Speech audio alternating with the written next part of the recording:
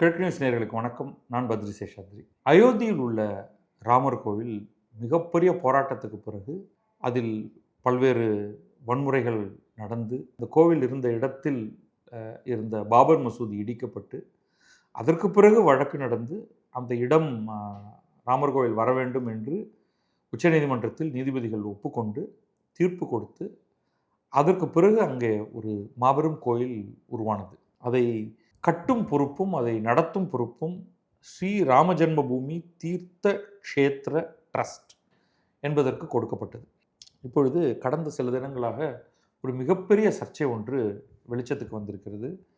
அது என்னன்னா, இந்த கோவில் பொது பயன்பாட்டுக்கு வந்ததிலிருந்தே பல கோடி மக்கள் இந்தியா முழுமையிலிருந்தும் அங்கே போய்கொண்டிருக்கிறார்கள். ஒரு விதத்தில் எண்ணிக்கையின் அடிப்படையில் பார்த்தால் திருப்பதி கோவிலுக்கு வருவதை விட அதிகமான பேர் இங்கே அயோத்தி ராமர் கோயிலுக்கு போவதாக தெரிகிறது. அப்படி கோயிலுக்கு போகக்கூடிய பக்தர்கள் காணிக்கை செலுத்துவது அப்படிங்கிறது சர்வசாதாரணம். அவர்கள் பணமாக தருகிறார்கள், பொருளாக தருகிறார்கள். இதில் சில பொருட்கள்லாம் நம்ம பார்ப்போம் பின்னாடி.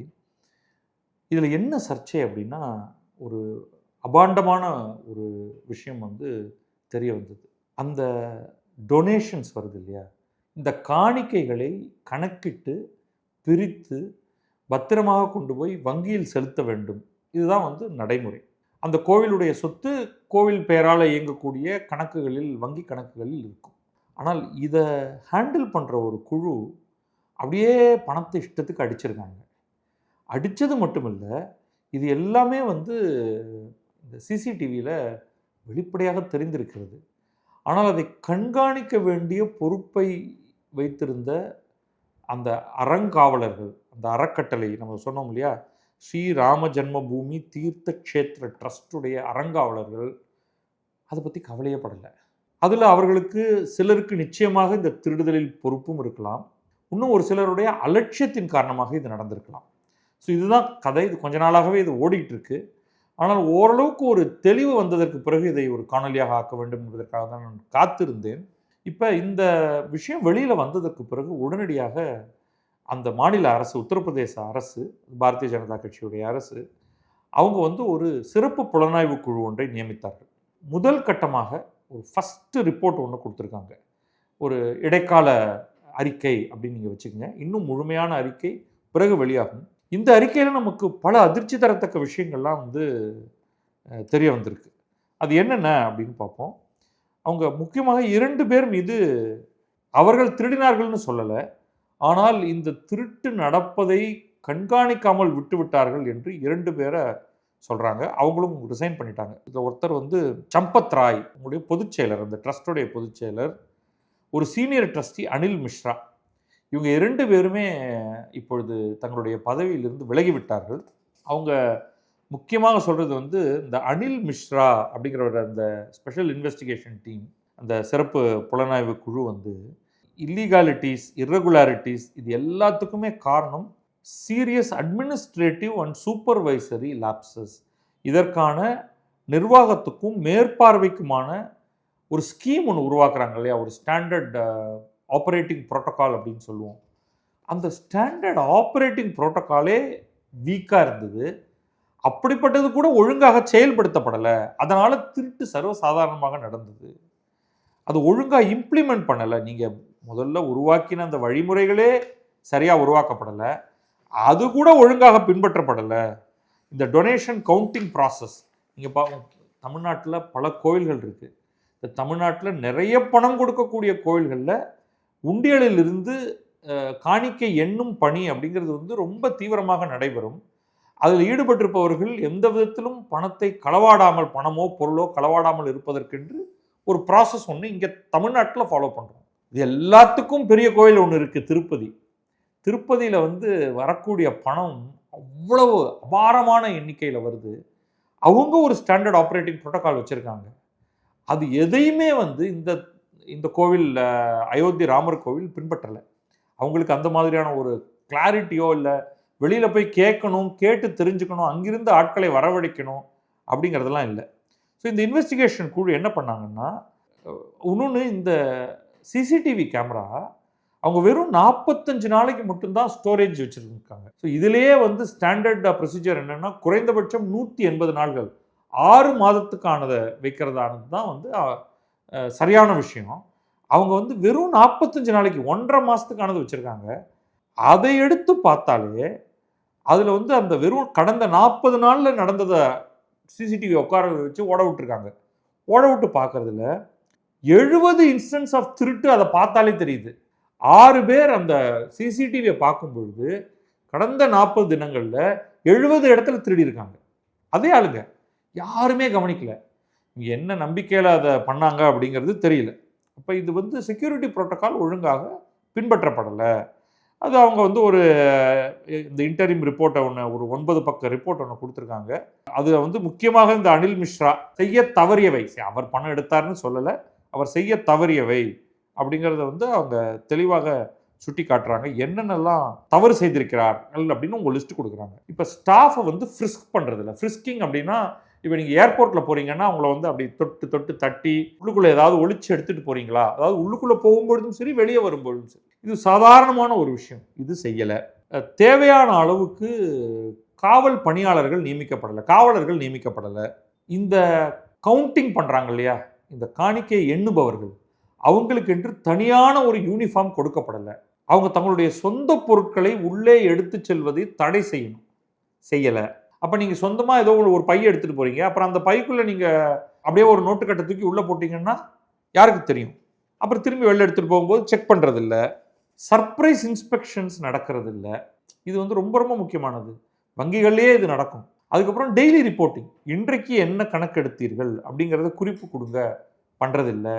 அப்போ அவங்க நிதானமாக பணத்தை எல்லாத்தையும் எடுத்துகிட்டு போனதுக்கு பிறகு சரி நம்ம இதை வச்சுப்போம், நம்ம இதை மட்டும் கொடுத்தா போதும், அதுக்கு கணக்கை ஒர்க் பண்ணி ஃபிக்ஸ் பண்ணுறதுக்கான இடம் அங்கே அவைலபிளாக இருக்குது. இந்த காரணத்தினால தொடர்ச்சியாக காணிக்கை பணம் திருடப்பட்டிருக்கிறது. அது மட்டும் இல்லை, இப்படி ஒரு இர்ரெகுலாரிட்டி இப்படியெல்லாம் நடந்துகிட்டு இருக்குங்கிறதே அறியாத வண்ணம், அறிஞ்சாதானே அதை தடுத்து நிறுத்தணுங்கிற ஒரு முயற்சியில் ஈடுபடுவார். அனில் மிஸ்ரா மாட்டுக்கு அப்படியே அவர் மாட்டுக்கு சொகுசாக ஒரு சேரில் உட்காந்துட்டு இருந்தாரா, என்ன பண்ணார் அப்படின்னு தெரியல. ஆனால் அதே நேரம் இது எல்லாமே பணம் சம்பந்தமாகத்தான் இருக்கே தவிர பொருளாக கொடுக்கப்பட்டது. முக்கியமாக வெள்ளி கட்டிகள், வெள்ளி பொருள்கள் அதெல்லாம் வந்து பத்திரமாக இருக்கிறது. ஏன்னா இப்போ என்ன ஆயிடுதுன்னா, ஒன்று திருடப்பட்டுருச்சு அப்படின்ன உடனே கண் காது மூக்கு வாய் சேர்த்து நிறைய வதந்திகள் பரவ ஆரம்பித்தன. இது காணா போயிருச்சு, அது காணா போயிருச்சு, இவங்க கொடுத்தாங்களே இந்த பொருள் அதுவும் போயிருச்சான். அதில் வந்து தங்கத்தால் எழுதப்பட்ட ராமச்சரித்த மானஸ், துளசிதாசர் எழுதிய ராமாயணம், அது காணா போயிருச்சு அப்படின்னு தொடர்ச்சியாக சொல்லிட்டு இருந்தாங்க. அப்படி இல்லை அப்படின்ட்டு இந்த ஹை வேல்யூ ஆஃபரிங் அப்படிங்கிறாங்க. இது இந்த விலை மதிப்பற்ற பொருட்கள் அதை உடனடியாக விற்கலாம் மாட்டாங்க, அது அது பத்திரமாக சேமித்து வைத்திருப்பார்கள். அதெல்லாம் அப்படியே இருக்குது, ரெக்கார்டு இருக்குது, ஃபிசிக்கல் வெரிஃபிகேஷன் இருக்குது, அது வந்ததுக்கான ரெக்கார்டை எழுதி வச்சுருக்காங்க, போய் காமினா காண்பித்தால் அது இருக்குது அப்படிங்கிறத அவங்க சொல்லியிருக்காங்க. அவங்க வந்து அந்த சிசிடிவி ஃபுட்டேஜில் வந்து என்னென்ன பார்த்தாங்கங்கிறது வந்து ஏப்ரல் 27 ஜூன் 5 உட்பட்ட அந்த 40 நாட்களுக்கான இதை பார்க்குறாங்க சிசிடிவி. அதில் வந்து சர்வசாதாரணமாக அந்த கவுண்டிங் ஸ்டாஃப் வந்து அப்படியே பணத்தை எடுத்து உள்ளே வச்சுக்கிறத அது அப்பட்டமாக தெரிகிறது. அதாவது மர்மமான முறையில் மறைச்சக்கடா, டே நீங்கள் வந்து இல்லைடா நான் அப்படியே எடுக்கிறேன்டாங்கிறதுலாம் இல்லை, அவங்க மட்டும் கவுண்ட் பண்ணிகிட்டே இருக்காங்க, அப்படியே எடுத்து ஒன்று போட்டு சொல்லிக்கிறாங்க. ரைட். அதனால் கிளியராக வந்து அங்கே என்னெல்லாம் நடந்திருக்குன்னா, திருட்டு, பிறருடைய பணம் அபகரிப்பு, ஏமாற்றுதல் போன்ற அடிப்படைகளில் இவர்கள் மீது குற்றம் சுமத்த முடியும் அப்படிங்கிறது வந்து அவங்க பிரைமா ஃபேசி கண்டறிஞ்சிருக்காங்க. இந்த அனில் மிஸ்ராவை பற்றி நான் ஏற்கனவே சொல்லிட்டேன். ஏன்னா அவர் தான் வந்து எம்ஓயு உருவாக்கணும், எஸ்ஓபி உருவாக்கணும், ஸ்டேட் பேங்க் கூட வந்து இதை ஹேண்டில் பண்ணணும். இப்போ என்னென்னா, நீங்கள் கவுண்ட் பண்ணி பணத்தை கட்டுகளாக்கி அதை அப்படியே கொண்டு போய் ஸ்டேட் பேங்க்கிட்ட கொடுக்குறீங்க. ஸ்டேட் பேங்க் வந்து அதை இன்னொரு முறை கவுண்ட் பண்ணி அதை கணக்கில் பதிய வைக்கிறாங்க. அது எதையுமே வந்து அவங்க இவர் அனில் மிஸ்ராவுக்கு தான் அந்த பொறுப்பு கொடுக்கப்பட்டிருக்கு இந்த ட்ரஸ்ட்லேருந்து. ஏன்னா ட்ரஸ்ட்டில் வந்து பலர் இருப்பாங்க ட்ரஸ்டீஸ். அதில் யார் எதை செய்யணும்னு அவங்களுக்குள்ள முடிவு எடுத்துகிட்டு கொடுக்குறவரை அவர் இனப்டாக இருந்திருக்காரு, இன்னெஃபிஷியண்ட்டாக இருந்திருக்காரு, அவருக்கு ஒன்றுமே தெரியல அப்படின்னு அவங்க ஒரு முடிவுக்கு வந்திருக்காங்க. அவர் பீரியாடிக்காக அவர் ரிவ்யூ பண்ணியிருக்கணும், பண்ணலை. செக்யூரிட்டி புரோட்டோகால் பின்பற்றப்படுகிறதாங்கிறத செக் பண்ணணும், பண்ணலை. அதை தவிர வந்து ட்ரஸ்ட்டுக்குமே ஒரு பொறுப்பு இருக்குது. நாங்கள் அனில் மிஸ்ராட்ட கொடுத்துருவாங்க, அவர் பார்த்து பாருங்கன்னு சொல்ல முடியாது. மற்றவர்களும் அந்த இன்க்ளூடிங் அதோடைய பொதுச் செயலர், அதோடைய தலைமை trustee, president, what ever it is, அவங்க எல்லாருக்கும் ஒரு பொறுப்பு இருக்குது. அந்த பொறுப்பை அவர்கள் விட்டுவிட்டார்கள், தவறி விட்டார்கள். ட்ரஸ்ட்டும் எஸ்பிஐயும் உருவாக்கின ப்ரொசீஜர்ஸ் பின்பற்றப்படலை, அதுலேயும் தவறி இருக்காங்க.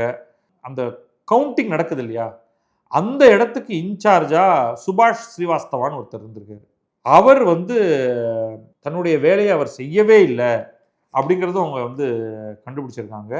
ஒரு மேண்டேட்டரி செக்யூரிட்டி செக் பண்ணலை, இந்த ஃப்ரிஸ்கிங் எல்லாம் அதில் தான் வரும், அதை பற்றி கவலையே படலை. அப்புறமா இன்னொன்று என்ன பண்ணியிருக்காங்கன்னா, ஒரு நபர் ராம் சங்கர் யாதவ் அப்படிங்கிறவர், அவர்கிட்டக்க இந்த இடத்தோடைய சாவி வைத்திருக்கார் அவர். அதுவே இல்லீகல் அப்படிங்கிறாங்க. அவர்கிட்டக்கவே அது இருக்கக்கூடாது, அந்த சாவி ஒரு இடத்துல இருக்கணும், இது துறக்கப்படும் பொழுது அங்கிருந்து எடுத்து அது துறக்கப்படணும், அதை ஒருத்தர் கண்காணிக்கணும். அப்படி இல்லாமல் இவர் சொந்தமாக இவர்கிட்டே கொடுத்துட்டாங்க சாவியை. அது மட்டும் இல்லாமல் இவர் என்ன பண்ணியிருக்காரு, இந்த சாவி வச்சிருக்கிறவர் தன்னுடைய உறவினர் ஒருத்தரை கவுண்டிங்குள்ளே உள்ள அனுப்பி வச்சுட்டார். யாரை கவுண்ட் பண்ணுறதுக்கு ஆட்கள் வேணும் இல்லையா, அதில் இவர் தன்னுடைய உறவினரை கவுண்டிங் அனுப்பிச்சிட்டார். அப்போ நிச்சயமாக உள்கை வேலை நடந்திருக்காங்க அப்படிங்கிறது. அப்புறம் அந்த சிசிடிவி கேமரா ரெக்கார்ட் பண்ணி சேமித்து வச்சுருக்கக்கூடிய காலகட்டத்தை அதிகரிக்கணும்.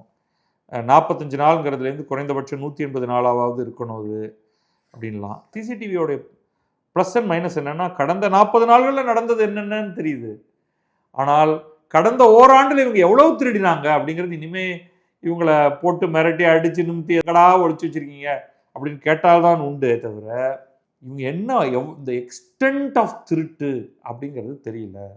அடுத்தது இந்த திருட்டை செய்தவர்களிடமிருந்து எப்படி இது எல்லாத்தையும் ரெக்கவர் பண்ணுறது, அதுக்கு அவங்களுடைய பேங்க் அக்கௌண்ட்டு, அவங்களுடைய வேல்யூபிள்ஸ், அவங்க புதிதாக ஏதாவது வாங்கியிருக்காங்களா, அவங்க வீடுகளில் கேஷ் இருக்கா அப்படிலாம்.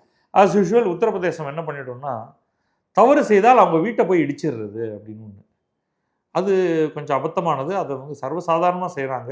இன்வேரியபிளி என்ன ஆகுதுன்னா, அந்த வீட்டை இடிக்கும்போது அது சரியாக அனுமதி பெறாமல் கட்டப்பட்ட கட்டிடம், அதோடைய நிலமே இவர்களுக்கு சொந்தமானதல்ல அப்படின்லாம் புதுசு புதுசாக அந்த சமயத்தில் தான் கண்டுபிடிப்பாங்க. அது எப்படா கரெக்டாக அந்த வீடுகளுக்கு மட்டும் அப்படி ஆகுதுன்ட்டு. ஸோ இவங்க இந்த வீடுகளுக்கெல்லாம் என்ன பண்ண போகிறாங்கன்னு தெரியல. அதை பற்றி கூட ட்விட்டரில் பார்த்தேன்.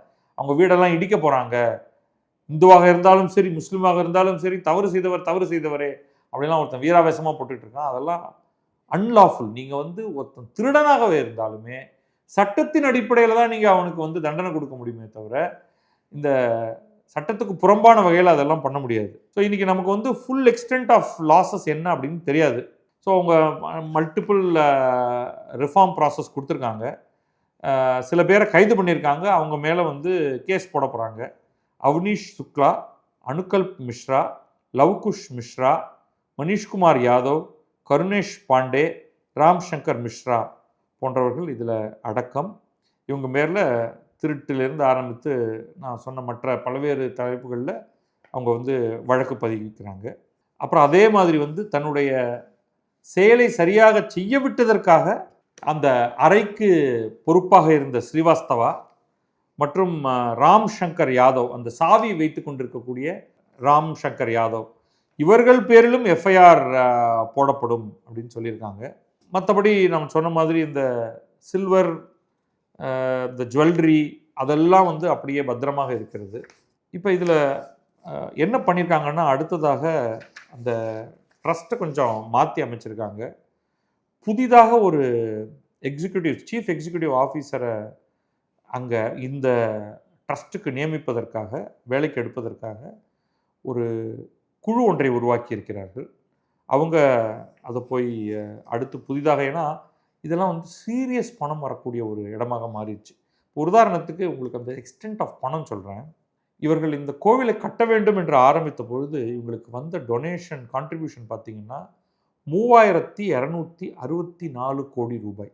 அதில் கோவில் கட்டுமானத்துக்கும் அதோடு கூட சேர்ந்த வேலைகளுக்குமாக செலவு செய்தது 2370 கோடி ரூபாய். ஸோ கிட்டத்தட்ட ஒரு 1000 கோடி ரூபாய், 900 கோடி ரூபாய், 900 சொச்சம் கோடி ரூபாய் அவங்க கையில் ஏற்கனவே கோவில் ஆரம்பிக்கும் பொழுதே 900 கோடி ரூபாய் அவங்க பேங்க்கில் இருக்குது.